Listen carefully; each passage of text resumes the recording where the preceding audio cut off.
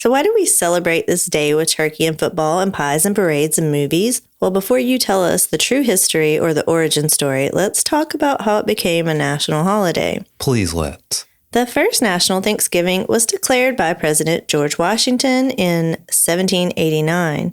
In his Thanksgiving proclamation, He made a proclamation. He made a proclamation. There's these people that wanted to hear a proclamation, so he did it. He defined the day as a pious time to thank God for, amongst other things, protecting Americans and helping achieve independence.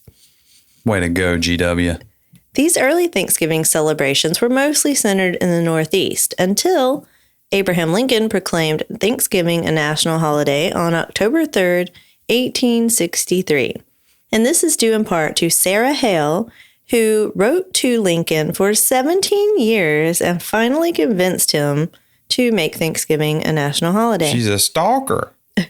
She's also known as the woman who wrote Mary Had a Little Lamb. Oh, the one that Stevie Ray Vaughan did? Yeah. Cool. She was ahead of her time. She also earned the nickname Mother of Thanksgiving. I guess she felt very strongly about turkey and pie. She must have been a real good axe man, too. Play some blues. So I found this one other little tidbit that I thought was funny. And? In 1926, President Calvin Coolidge, who was the 30th president of the United States, was given a live raccoon. Oh, I wish I could have seen his face. I when that know. happened. This was intended to be his Thanksgiving meal instead of a turkey. I really want to see his face. I want to know now. who had this bright idea.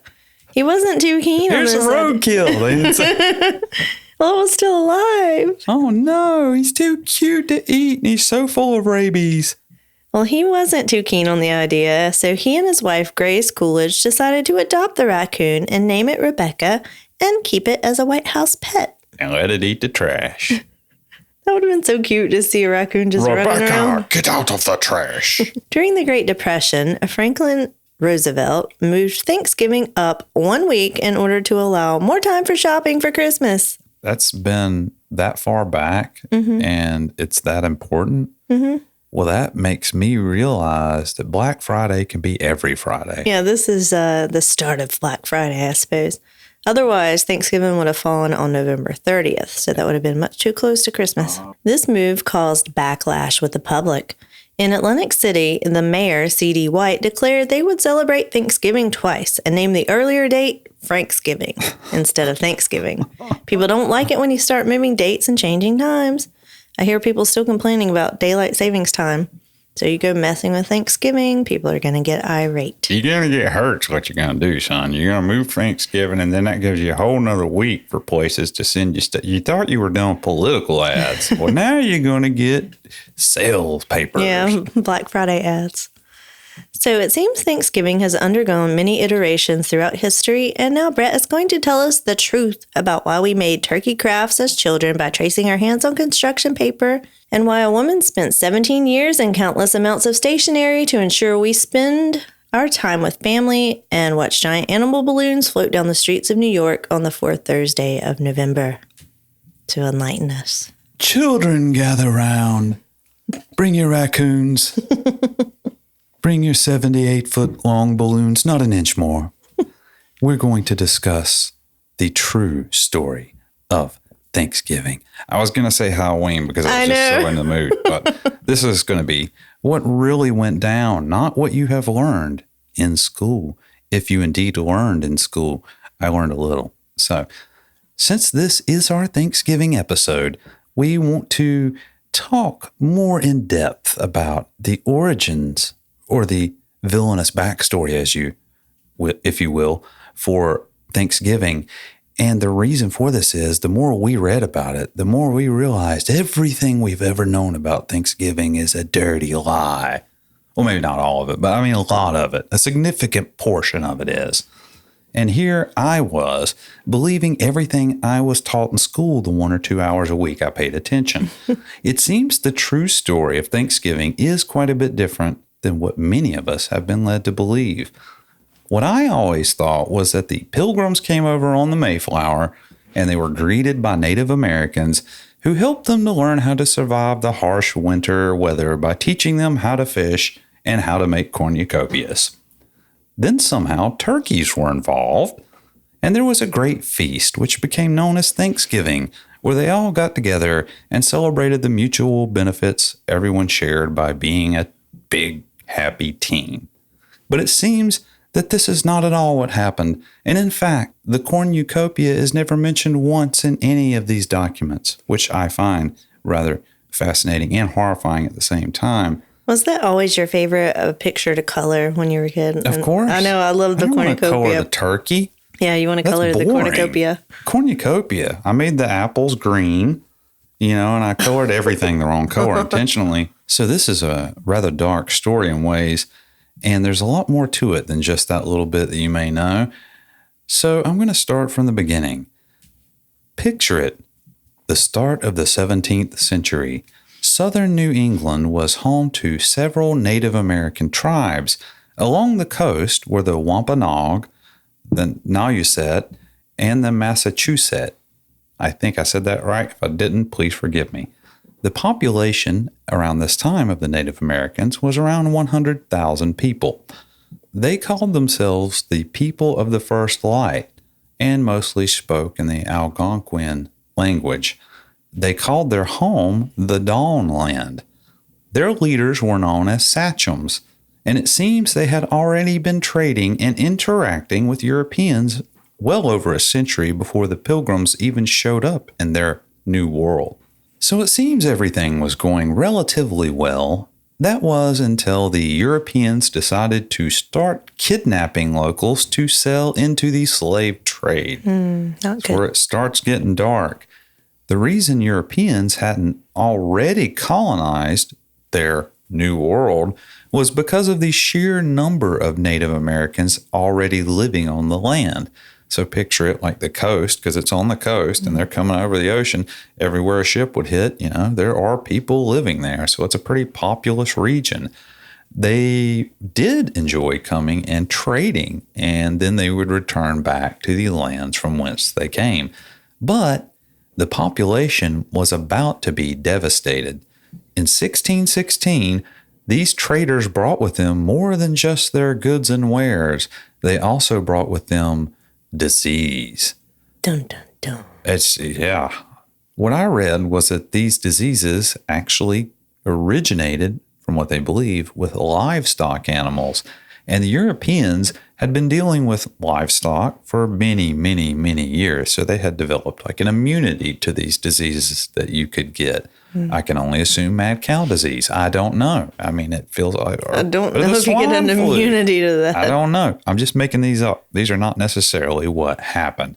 But what we do know is that the Native Americans didn't have livestock creatures like they had in Europe. So they hadn't had time to build up any kind of immunity to the diseases that were brought over because of the contact people had had. So after the Europeans brought the diseases with them, I guess one of them caught and it transferred over. Like an epidemic. Yeah, once this happened, in 3 years, 90% of the population was wiped out. That leaves 10,000. That is 10,000? Yeah, at least 10,000. I said it leaves 10,000. Possibly even 90,000. That's how many would have been killed. Oh my gosh, you and your mouth. I couldn't hear you. It's because it changed the settings. So the Wampanoag were also struck very hard by the disease. And this is, I'm going to show a picture of where the territories were laid out. You can see where the New Plymouth people, who are the Pilgrims that we know of, originally landed in the Wampanoag territory. Their head sachem, Massasoit, realized that due to the loss of their people from this sickness and disease and all of this death, it caused their western border to be susceptible to attacks from their enemy, the neighboring Narragansett. Which I'm trying to make sure I say it right. If I didn't, please forgive me. To make matters worse, their enemy didn't seem to be hit by the diseases that were brought by the Westerners, so they still had quite a bit of manpower, enough to be a real threat to the Wampanoag. So Massasoit knew that he had to do something in order to protect his people. Thus, this is where the Pilgrims enter the scene. Not dressed in buckles? Apparently not, and I'm still not good with that. Where did that even come from? I don't know. I don't know where a lot of these myths we have came from. And that's something I'm going to delve into. I went into a rabbit hole on this one. Starts right now. King James of England saw the continued rise of the Puritans, and he sure didn't like it. James was a strong Protestant. He was actually James VI when he ruled as King of Scotland, and became James I under the union of the Scottish and English crowns on March 24th, 1603. This was the same James that we talked about in The Witches. Apparently he was a remix because his title, his number changed. I don't know how royalty works at all. He was all over the place, and he was persecuting witches. He was doing that stuff back and forth. He was covering all the bases. He was the son of Mary, Queen of Scots, and great-grandson of Henry VII, who was King of England and Lord of Ireland, which somehow worked out that he was a potential successor to all three thrones. Oh, wow. He had a trifecta going. He did. This is sounding a whole lot. I hope this doesn't go House of the Dragon here in a minute. Oh, it might. It might. James was raised in Scotland under the influence of strict Calvinist tutors who tried to instill in him a commitment to the Protestant cause in Scotland. When he became the king of both Scotland and England, he wanted to keep the Church of England under his rule and the power of the episcopacy. Wow, that's a tongue twister. You should have said that on our fact show. Yeah, that's a hard word. He had strong beliefs about the divine right of kings, so much so that he even wrote a book about it. And this is one of the main reasons he didn't like the Puritan movement, as they held Presbyterian views of church government, which included elders, and that they weren't ruled like by a king. Mm. He knew the Puritans were important to strengthen the Protestant establishment in England, so as long as they were willing to play ball with him, he helped many Puritan pastors and academics as long as they consented to work with the Anglican bishops. One of the many things that they achieved under his reign working together is the authorized version of the Bible, or what we call the King James Bible today. 1611. 1611. Yeah, they actually had a few revisions. Yes, I'm aware of it. It used to be part of the passwords I used back in the day. Some of the Puritans broke off and went to Holland in 1604. These would become the Pilgrims. At the time, they were not known as Pilgrims. They were known as Separatists. They strongly disagreed with the way James interfered with the church and their worship. Plus, James hated them. Probably suspected them of being witches. Probably. So they fled for religious freedom. After a time, when they were in Holland, they decided, due to the way culture was going, they wanted to have a land and a place to have a culture of their own. So they sought to go to the New World. They sought a patent from King James in order to go there. Their plan was to fish and use the profits to pay off their debts to investors to fund their relocation. So he allowed them to go. And on September 6th, 1620, the Mayflower left Plymouth, England, on its voyage to America. So they landed in Plymouth? Or they just named it Plymouth when they got there? They named it New Plymouth. Oh, and it wasn't a rock. We'll get to that. Funny enough, even though the King James Bible was available to them at the time, as it was first published in 1611, as Crystal said earlier, they preferred the Geneva translation of the Bible, which was what many of the early reformers used. I actually have a copy of that version of the Bible, among many others. It's hard to get, isn't it? Yeah. It's hard to get the one I got. Mm-hmm. I mean, the text is open. You could go get it. But to get a leather-bound copy is a little bit hard. Probably the only thing that I have in common with the Pilgrims. Well, you wear buckles sometimes. Yeah, I do. Every once in a while. One of them big hats. Got a few of those. The ship carried 102 passengers, 74 male and 28 female, and of these, 49 were from the separatist congregation. They called themselves the Saints. And 53... Presumptuous. It is quite presumptuous. And 53 were called Strangers, and that consisted of servants and recruits from one of the merchants that went on the ship with them, Thomas Watson, who was from London. It took them 2 months to get to Cape Cod, and they sent out a crew of 16 men ashore when they got there to scope out the land. Yeah, you go see if you get killed by any wild animals. We just need you 16 guys. Go out there. Here you go. Take your buckle hat with you. It's You'll be fine. International sign. Maybe they took it off and used it as like a weapon. Could have. Whip it off. Unfortunately for them, if you remember what I said, their plan was to go to the New World and to fish and sell the fish to make money to pay for their move. This sounds like an idea you would have. Yeah. Like, it turns out they didn't know how to fish. That's what I figured. You'd have like, oh, we could go do this. And then like, do you know how to do that? No. Well, watch a YouTube You'll video. Figure it out on the fly. Watch a YouTube video. And to make matters worse, their provisions were running very low. So they were in a desperate situation. And it turns out, on top of not being able to fish, these people were not survivalists. I have a feeling that men planned this out and not the women. Oh, I feel sure about that. The women that. are probably like, are you sure about this? Yeah. Oh, honey, it'll be fine. Like, I don't think they anticipated how harsh the northeastern United States actually is weather-wise. I would have been out. They resorted to robbing graves, homes, and storage pits in order to keep everyone from starving to death. On December 12th, they finally reached New Plymouth. But the story about them landing on Plymouth Rock is just that, a story. There are no records to indicate any special or unique rock was actually where this ship landed. I didn't know that. It's a little bit sad. Have you ever seen Plymouth Rock? It's the rock with the date on it. It's not very impressive, apparently. Yeah, it's not very big. I'm not sure when this was added to the story, but I guess it's just a bit of interesting folklore that maybe someone added somewhere down the line and it just stuck because, it seems to be the case for a lot of the traditional aspects of the story. Construction of their village, as it were, began in January. It was a very difficult time because by the winter, 44 settlers, nearly half that came over on the Mayflower, had died from the unforgiving New World from things like lack of shelter, the effects from living on the Mayflower for so long, and your personal favorite, scurvy. I love it. Eat some lemons. Why don't you just eat lemons? You don't have a rich uncle? Get one. Exactly. I mean, what's a big deal? Then in March, a man walked into town by the name of Samoset. He was a Native American, and I'm sure he freaked them out because when he walked in, he greeted them all in fluent English. He informed them that they were building their town on the remains of Pawtuxet, which is one of the places that happened to be wiped out by the disease that I told you about earlier.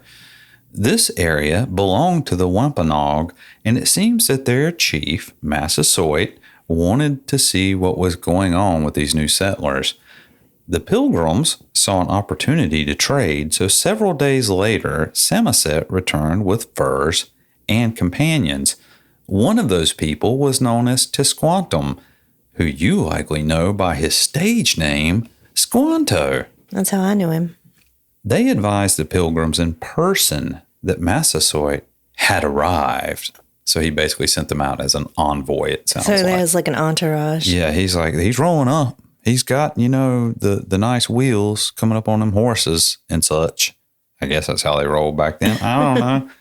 Massasoit did not trust these settlers because he had learned his lesson from previous encounters with Europeans. One of the settlers, Edward Winslow, agreed to be a hostage to prove the peaceful intentions from the Pilgrims. This act of trust on the part of the Pilgrims calmed Massasoit's fears, so he came into the village and was greeted by John Carver, the settlers' governor. Then they created a peace treaty, which was to ensure mutual protection if either party were ever attacked by enemies. Sort of a callback. Random, hey, if just by a chance, some enemies start attacking, like maybe from our western border and such, you're here for us, right? Oh, what did you say? There were 44 people left? We got 3 people to use as decoys. That's all we got left. It's like, are they trained in any way to defend themselves? Apparently, the only thing they were trained in was coming over here and thinking it was going to be easy to make a lot of money. And I think that I read that there were only 4 women left. There might have been.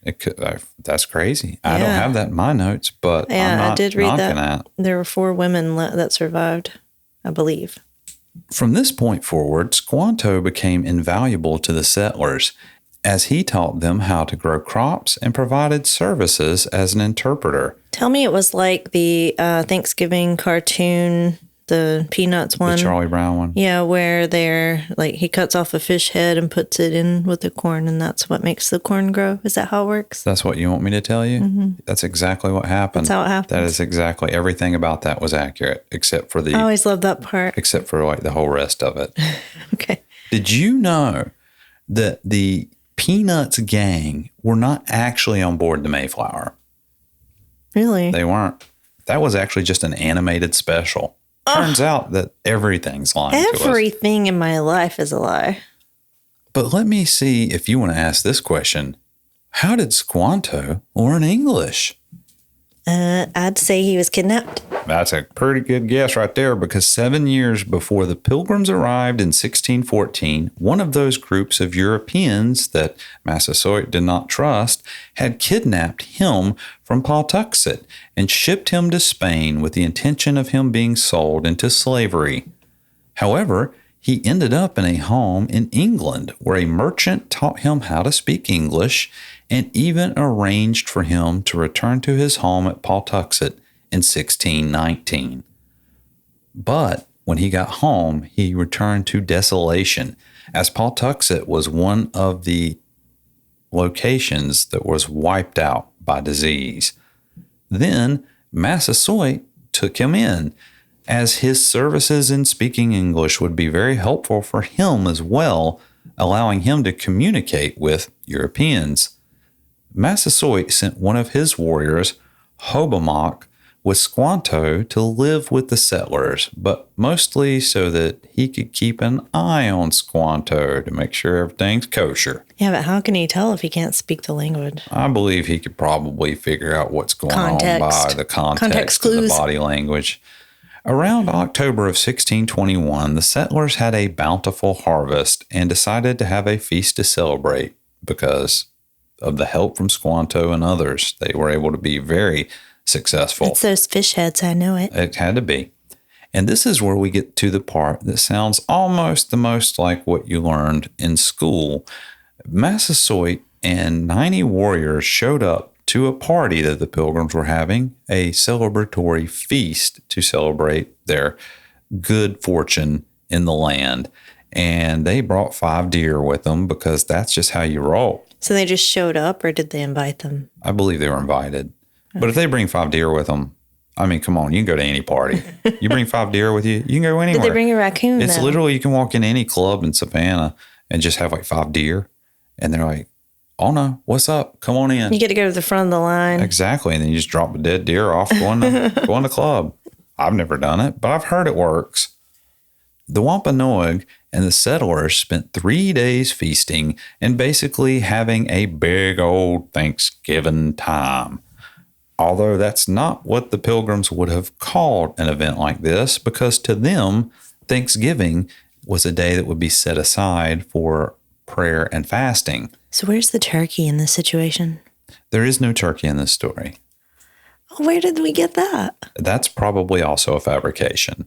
That's not my historical accuracy speaking. That's just my guess and estimation. So they had no turkey at the first Thanksgiving. They had deer. Okay. They had deer, and they probably had pumpkins and maybe a cornucopia. They didn't say they didn't. What about gelatinous cranberries? I hope so. Okay. If they didn't, then why even bother? But here's where things get a little convoluted. Remember Squanto? Mm-hmm. You know, the super helpful Squanto that saved the settlers and helped his people as well. Was he with all shady? his skills. Well, it turns out that good old Squanto had sort of gone mad with power. As he was the only English speaker of his people, it gave him considerable perceived leverage. And so much so that it went right to his head, and he begun to formulate a plot to overthrow Massasoit. Didn't see that coming. You sure didn't.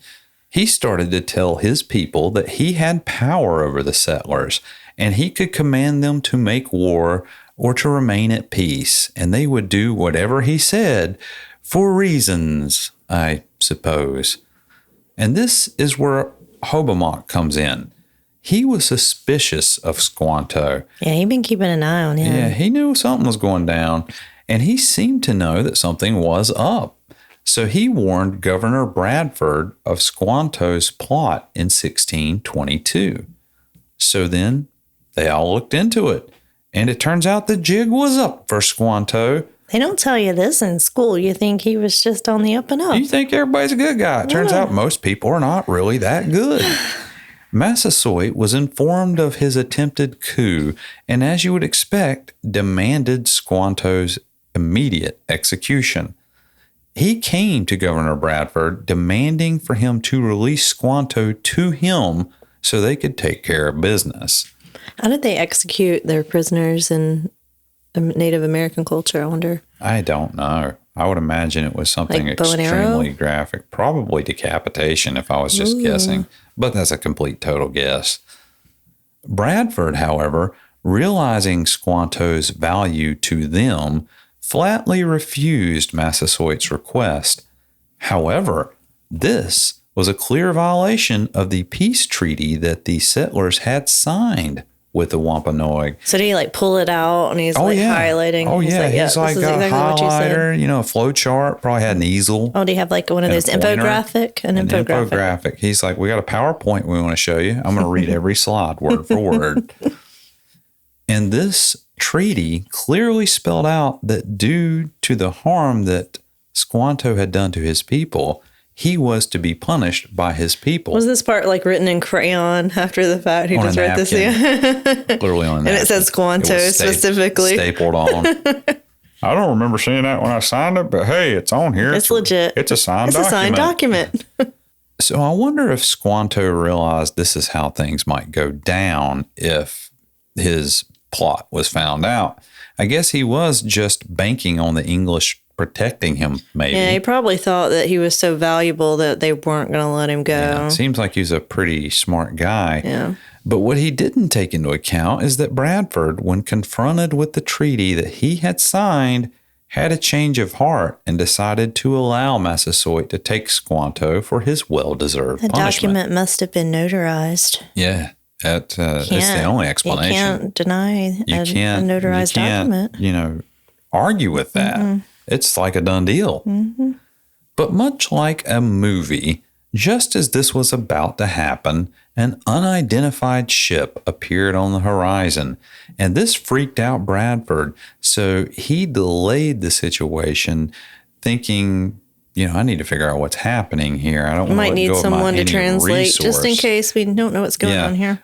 And his delay took so long that Massasoit got frustrated, and he and his people left and went back to their home without Squanto.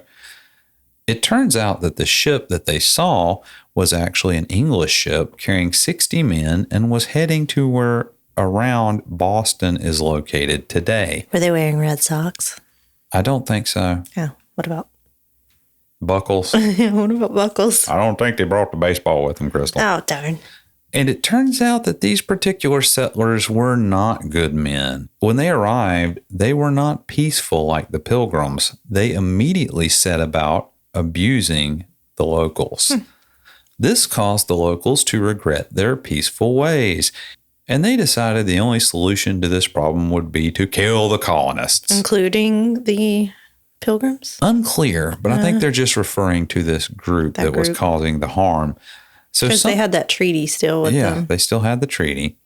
Somehow the New Plymouth Pilgrims were warned of the Wampanoags' plan to kill the New Englishmen, so they set out to try to save their fellow countrymen. And it seems that they were successful, and peace reigned, but only for a little while. The floodgates had opened. Many more settlers started arriving in the New World, and in short order, they outnumbered the natives. The Pilgrims' Treaty with Massasoit did last until his death from around 1621 to 1660, but this only applied to the New Plymouth Pilgrims. The new settlers either didn't know about the treaty or didn't care about the treaty and saw no reason to honor it. These new Puritans were fanatical in their beliefs, and to them, the Native Americans were considered the other, godless savages. The new Puritans' only solution is to convert the Native Americans to their beliefs, eliminate their culture, and convert them to Christianity forcibly or exterminate them. And all of this is not a biblical principle, as this is not something Jesus ever taught. So this is man twisting the word from the Bible into their persecuting own anything they don't agree with. Yes, and even if things are wrong, they think it's their divine right to destroy. Yeah. And that's just, power, abuse of power, I guess. And this was the beginning of the end for the world as the Native Americans knew it. It seems like the first Thanksgiving feast was the only one that was anything like what we learned about in school. The new settlers were all about the capitalist venture. Much money was to be made in the New World, and they easily outnumbered the Native Americans. Unfortunately, this wasn't a recipe for coexistence, and so they were wiped off their lands to make room for the newcomers.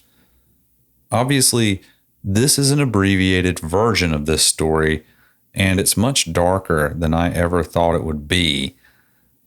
So basically, it sums up like this. If everyone wasn't so consumed with greed and followed the principles of the Bible they claimed to follow and actually loved each other like they're told to do, I think this story would have turned out much differently. But alas, that is not how history played out. Yeah, maybe if the other settlers were more like the original ones from New Plymouth. Yes, they could have made some alliances with the Native Americans. Well, perhaps. A lot of these people that came over, see, the main reason the Pilgrims came was, from what I've read, and I would believe it based on this, was for religious freedom. Religious freedom, but yet you want to take away other people's. Well, this wasn't them. The people, the more people that came, this is the way it happened. So I think the original Pilgrims, and I might be reading into this, but I think they were far more about being able to worship in the way they wanted. Whereas I think as the more and more people came over, then they maybe skewed and changed their perception of the peoples that were already there and caused them to go to extremes, because who's going to stop them? Yeah, I guess that's true. It might not have started out that way. It's probably how they began. I see why they didn't tell little children this, because it's kind of horrifying. It is. It's horrifying. It's horrible how humankind treats each other, basically. But we have all learned something here today. I learned that there were no raccoons in the original story of Thanksgiving. Or turkeys. And there's a lot more darkness involved. Yeah. So I think I'm ready for some turkey and a nap. Yeah, me too. So that just leaves us with the portion of the show where you say words. Join us next time in Savannah, where the ghosts and the good times live on. But do you know who don't? Who? Probably that old raccoon that tried to roll up in the house. That's who I was thinking. Poor little Rebecca. Oh, the second they walked out, I was like, yeah, we're going to keep this raccoon as a pet forever and ever. Poor Rebecca. And he went into porridge just as soon as they walked out the door. I'm feeling kind of bad about that. Let's go get some raccoon soup. You want? Yeah.